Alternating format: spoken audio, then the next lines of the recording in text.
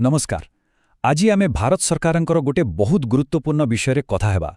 देशर टंका केंद्र आउ राज्य मानक भितरे केमिति बंटा जाए।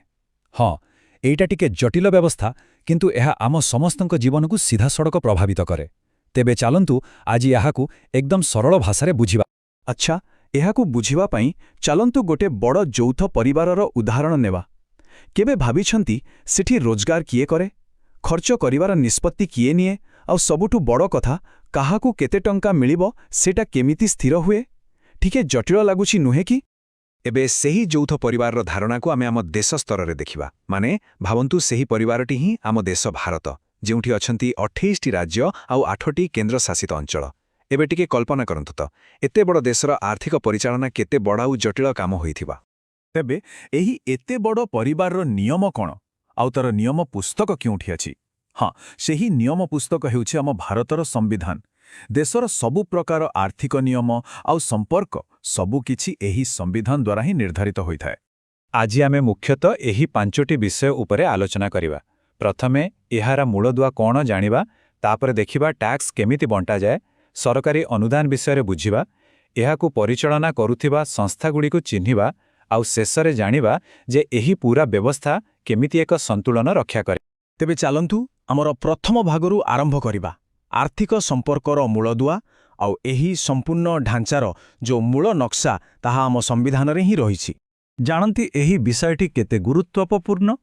आम संविधानर गोटे पूरा भाग माने 12 भाग बा पार्ट 12 केवल एही आर्थिक संपर्क, संपत्ति आउ चुक्ति नाम पई उद्दिष्ट। आउ एहा केवल गोटिए के दुईटी नियम नुहे। अनुच्छेद 264 रु आरंभ करी 300 पर्यंत माने एत्ते गुड़िए धारा एही जटिल आर्थिक संपर्क को नियंत्रण करिवा पई विस्तृत भावे लेखा जाइछि। अच्छा, एबे आसंतु सबुठु मजादार प्रश्न को, टंका केमिति बंटा जाए, काहाकु कोन मिले, माने केंद्र और राज्य मध्यरे राजस्वर भागवंटा केमिति हुए।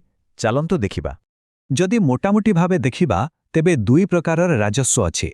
किछि टैक्स अछि जहा केंद्र सरकार सीधा सड़क आदाय करी निज पाखरे रखंती, आउ किछि टैक्स राज्य सरकार माने आदाय करी निज पाखरे रखंती। तेबे केंद्र सरकारंकर आयर मुख्य उत्स कोन कोन?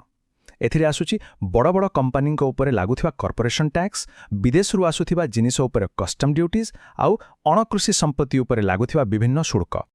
आउ अन्यपटे राज्य सरकार मानकर आयर उत्स गुड़िक टिके स्थानीय।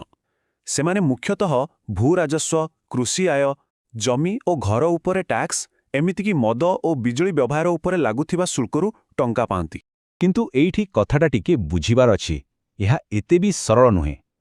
किछि टैक्स अछि जेउठी केंद्र आउ राज्य मिसिकी काम करन्ते। जेमितिकी किछि टैक्स केंद्र सरकार लगान्ते किंतु ताकू राज्य सरकार आदाय करी निजे रखन्ते। पुणी किछि टैक्स अछि जहाकू केंद्र आदाय करे किंतु ताहा केंद्र और राज्य भितरे बंटा जाए। एहा सतरे सहयोगर एक बहुत भल उदाहरण। टिकस बांटिबा छड़ा केंद्र सरकार राज्य मानकु सीधा सड़क आर्थिक सहाय्य भी करंती। एहाकु कुहा जाए सहायक अनुदान बा ग्रांट्स इन एड। चलंतु एहा विषय जानिबा। आम संविधानर अनुच्छेद 275 रे एथिपाई एक स्वतंत्र व्यवस्था अछि। एहा अनुसारे संसद सेही राज्य मानकु सीधा सड़क आर्थिक सहाय्य देई पारिबो जो मानकु एहार प्रकृतरे दरकार। एहार मूल उद्देश्य हेला देशर कोनोसी अंचल जेमिति विकास रे पछरे न पड़ी जाऊ। अच्छा, एते बड़ आर्थिक व्यवस्था को ठीक भाबरे चलेबा पई किछि प्रमुख संस्था भी अछंती। सेमानंकु आमे एही खेडर अंपायर आउ अकाउंटेंट बोली कहि परिबा। तबे एही खेडर सबुठु गुरुत्वपूर्ण अंपायर हेउछंती अर्थ आयोग बा फाइनान्स कमिशन। संविधानर अनुच्छेद 280 अनुसार गठित एही संस्था ही केंद्र और राज्य भितरे टैक्स बांटिबार फॉर्मूला सुपारिश करे। तापरे आसंती देशर मुख्य अकाउंटेंट जी हेउछंती CAG बा भारतर नियंत्रक और महालेखा परीक्षक। एही संस्थार काम हैला सरकारी टंकार गोटिए भी पैसा जेमिति एपट सेपट न हुए ताहा देखिबा। सेथिपई सेमाने केंद्र और राज्य सरकारंकर सबु खर्चर हिसाब जांच करंती। एमानंक छड़ा नीति आयोग भी गोटे गुरुत्वपूर्ण भूमिका निभाए। यह देश पई लंबा समयर विकास लक्ष्य धार्य करे आ केउ क्षेत्र रे अधिक टंका खर्च करिबा दरकार सेथिरे राज्य माननकु मार्गदर्शन करे। तेबे एही सबु उपादान मिसी किमिति गोटे संतुलित व्यवस्था तयारी करंती। चलंतु एबे आमर शेष भागरे एहाकु भल भावे बुझिबा। ଏହି ପୂରା ପ୍ରକ୍ରିୟାକୁ ଆମେ 4ଟି ସରଳ ସୋପାନରେ ବୁଝିପାରିବା।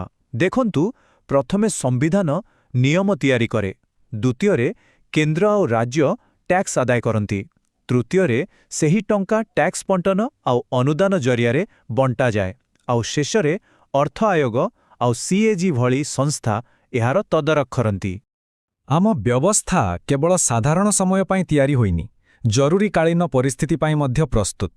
ଉଦାହରଣ ସ୍ୱରୂପ, ଅନୁଚ୍ଛେଦ 360 ଅନୁଯାୟୀ ଯଦି ଦେଶରେ ଗଭୀର ଆର୍ଥିକ ସଙ୍କଟ ଦେଖାଦିଏ, ସେତେବେଳେ କେନ୍ଦ୍ର ସରକାର ରାଜ୍ୟମାନଙ୍କୁ ଆର୍ଥିକ ନିୟନ୍ତ୍ରଣ ପାଇଁ ନିର୍ଦ୍ଦେଶ ଦେଇପାରନ୍ତି। ଶେଷରେ କହିବାକୁ ଗଲେ ଏହି ପୂରା ବ୍ୟବସ୍ଥାଟି ପରସ୍ପର ଉପରେ ନିର୍ଭର କରିବା ପାଇଁ ହିଁ ତିଆରି ହୋଇଛି। ଏହାଦ୍ୱାରା ଗୋଟେପଟେ ରାଜ୍ୟମାନଙ୍କର ସ୍ୱାୟତ୍ତତା ବଜାୟ ରହେ ଆଉ ଅନ୍ୟପଟେ ଦେଶର ଏକତା ମଧ୍ୟ ମଜବୁତ ହୁଏ। କିନ୍ତୁ ଯିବା ପୂର୍ବରୁ ଗୋଟିଏ ଶେଷ ପ୍ରଶ୍ନ ରହିଯାଉଛି। ଯେହେତୁ ଭାରତର ଅର୍ଥନୀତି ଏତେ ଦ୍ରୁତଗତିରେ ବଦଳୁଛି, ଭବିଷ୍ୟତର ଆହ୍ୱାନଗୁଡ଼ିକୁ ସାମ୍ନା କରିବା ପାଇଁ ଆମର ଏହି ଆର୍ଥିକ ଢାଞ୍ଚାରେ ଆଉ କି ପ୍ରକାରର ପରିବର୍ତ୍ତନର ଆବଶ୍ୟକତା ରହିଛି? ଏହା ଉପରେ ଚିନ୍ତା କରିବା ନିହାତି ଜରୁରୀ।